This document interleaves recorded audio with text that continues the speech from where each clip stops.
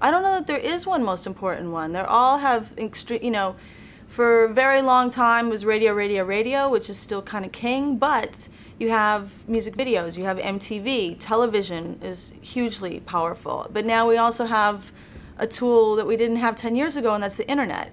So, you know, and then you have magazines, and you have billboards, and, you know, different sniping and street campaigning and so on and so forth. So I don't know if you could say one is more important than the other. You should always look at who are you targeting? How many people are you getting to? You know, is it national? Is it more narrow? Are you doing it market by market? Is it a grassroots campaign? I mean, there's lots of things that you have to kind of take into consideration. When a record is finished and we get the go-ahead, you know, that now we have a release date and this is the single and let's get rolling. From a marketing point of view, and immediately, well, not always immediately, most of the time, the music video is part of that campaign. But in general marketing terms, you kind of have to look at, is this a brand new artist? Has this artist been out? What's their history? How many records have they sold? Who have they sold them to? Are they more popular in the States than overseas? And there's just a lot of things that you kind of have to look at. So if it's a brand new baby act, then, you know, it's kind of like building a house. You gotta build a foundation, and you gotta go up from there. And those, I think that applies to building any kind of an awareness campaign as well.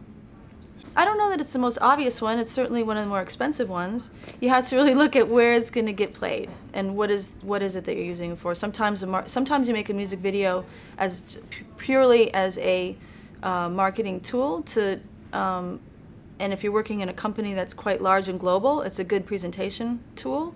It's not necessarily going to the consumer. But if you're talking specifically about the consumer, internet is huge now. I think people are sharing music. MySpace.com, for instance, has come up in the last year or two as a hugely popular kind of information sharing source. There's lots of other online sources for music and music sharing, and it's kind of, I don't know what we can compare it to prior to the internet, because I don't, you know, back then it was really just word of mouth and kind of local radio and more community oriented, and now you have that same kind of grassroots, but it's national and global all at the same time. So, that's awesome. Yeah, I mean, you know, you can't discount the importance and the effect that the internet has had on the world and marketing, and not just music, but everything. And, you know, we had Backstreet Boys, hugely successful group.